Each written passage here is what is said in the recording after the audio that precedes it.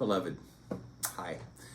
Last week, which is for me yesterday, I talked to you about submission, how it is sort of essential to the story of Scripture, and how when we submit to the will of God, as in the example of Jonah, good things happen.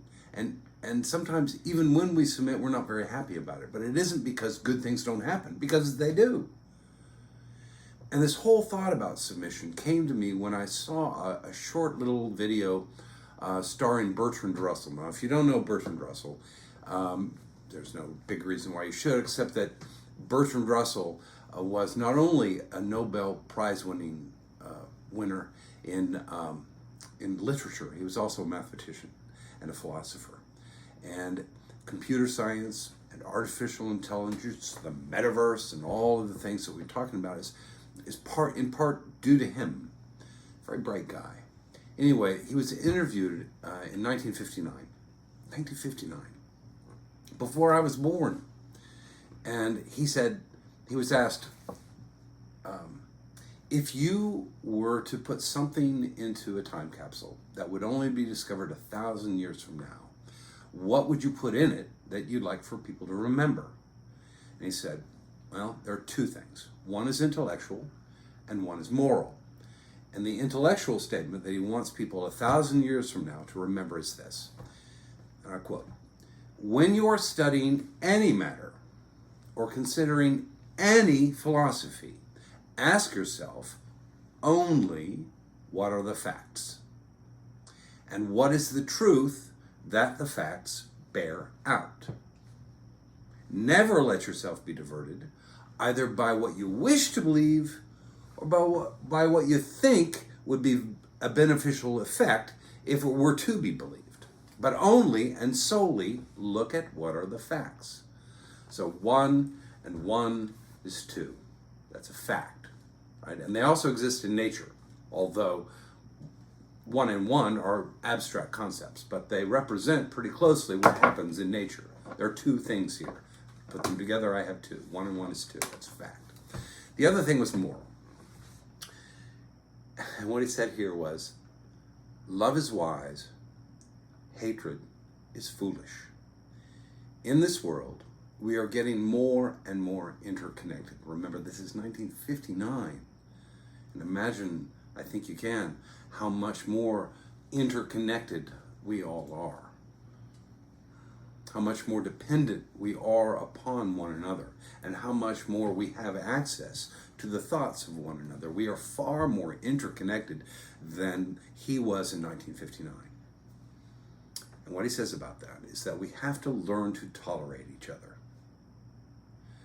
We have to learn to put up with the fact that some people say things we don't like. We can only live together in that way.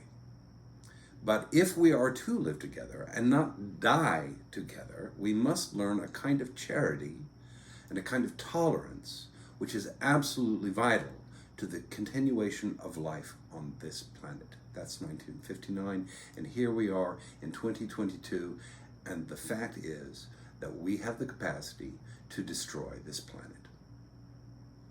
And if we do not act in love, we are very likely to do so. And what we are charged to do in Scripture is to submit. Now, the Bible was written over a span of 4,000 years. It had many authors, many hands. It was curated. Some books were chosen and some left out. But whatever the case, it is a piece of art that has a beginning, it has a middle, and an end. It is a coherent narrative. And the themes of that narrative are relationship, partnership, and love. Now, you might say that the Old Testament is largely about submission to God, that our wills, our ways of doing things, and our points of view, and our own idiosyncrasies, and our own baggage, and our own natural selfishness gets us into trouble. And when we turn away from that and turn towards God, which is about love and relationship and connection, we do well. That is the action of Genesis. The action of the New Testament is the story of God's submission to humanity. From beginning to end of the Gospels, each one of them tell the story in different ways. Probably the most succinct, the quickest, the most just the facts man of the Gospels is Mark. And Mark begins with Jesus submitting to baptism and submitting to God's authority, and ends practically with the submission unto death and the victory that that submission causes. That is a fact.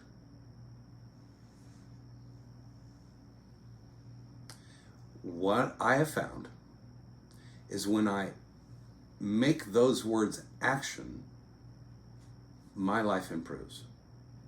It is not easy. I hold the stone. I used it a few weeks ago to think about those of you without sin cast the first stone. So there is somebody that you don't like. If there isn't somebody that you don't like, I really want to meet you, because I have never met anyone truly who can say, I've never met a person I didn't like. That is the person that you need to submit to. Now, submission, in this sense, means to love them. And to love them, if they're doing wrong, means that you need to put up boundaries, because they can't be abusive. That doesn't help you, and it doesn't help them. But secondarily, you have to help them find their way to the truth of who they are. To find that spark of humanity that is within everyone. And we can only do that by submitting to the idea that that person has worth, just as you have worth. And that is it. God bless.